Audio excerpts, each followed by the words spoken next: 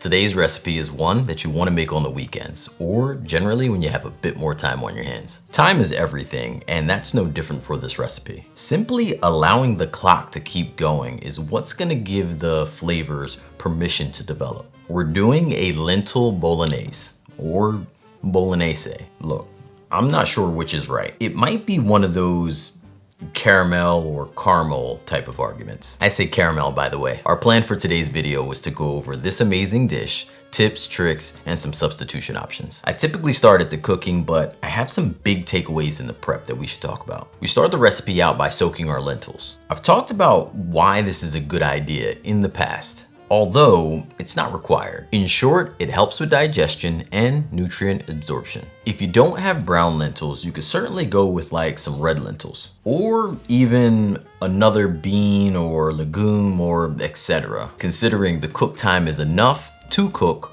or not to overcook the protein of choice. Lentils have a really good texture to go, so I wouldn't fondle around with too many other things if I had to make a recommendation. This also goes for if you decide to use something like a plant-based beef option, since beef or similar options is what's typically used to pull the original version of this together. The other thing you want to give some attention to in the prep is the carrots and the pecans. Making sure to chop them up well to ensure like uniform cooking. Pecans also could be subbed for like sunflower seeds or walnuts, or even some eggplant if you would like to just help bulk up the meal some. Before you start cooking, I find it best to use like just a wide pot. Using a wide pot means that you have more contact with the heat. It gives more space, allowing the ingredients to cook evenly, and will allow us to cook this more quickly by encouraging more steam,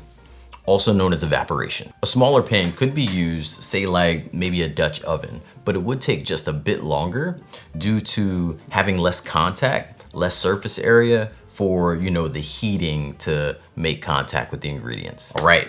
Once we begin cooking, we start with caramelizing the onions. In a traditional bolognese, oftentimes they start with browning. This cooking technique is used to remove excess fat and add flavor. But since we're plant-based and we don't want to skip on flavor, we're gonna caramelize our onions. This way, we can add some in. In this technique, what we want to do is have the heat on medium-low or low heat and simply just give the onions some time. And since we're using a large skillet, use the entire thing and try spreading those onions out. Keeping our heat where it is, add in your spices to toast, and you definitely want to keep some oil around, or if you started the recipe and you're oil free, keep some veggie stock close. This way, as you're going with your spices, you could add one or the other to ensure it doesn't burn. Now, once you get your tomato paste in and your other veggies, you'll soon start to notice a buildup of the ingredients, like some brown stuff at the bottom. This is known as your fond, AKA flavor, and it should be just about time to deglaze. Now, if you didn't catch it in the recipe,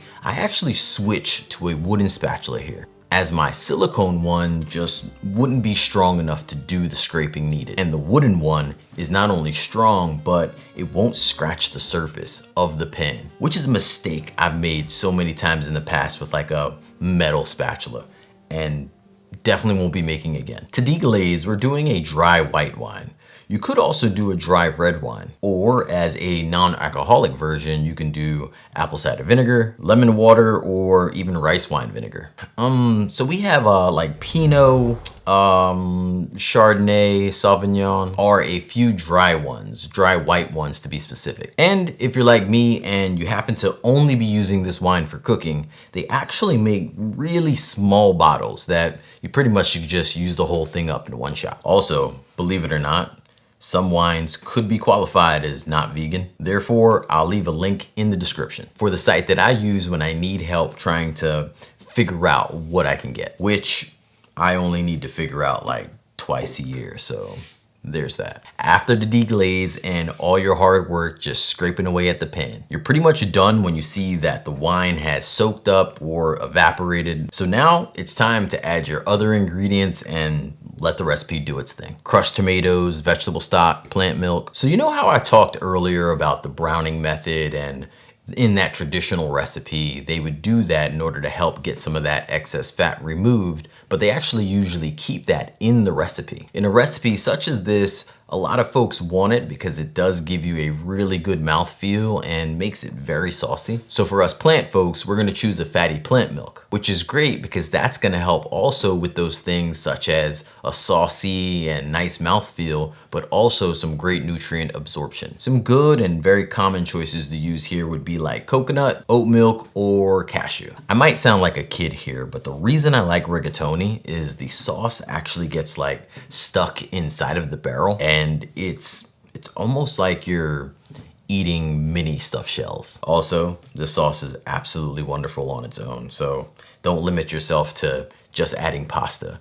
Put it over rice or, something like that if you want. The full recipe can be found linked in the description, or even a printable version can be made at my website, makeitdairyfree.com. Thank you so much for watching. Until next time, believe in good. Peace.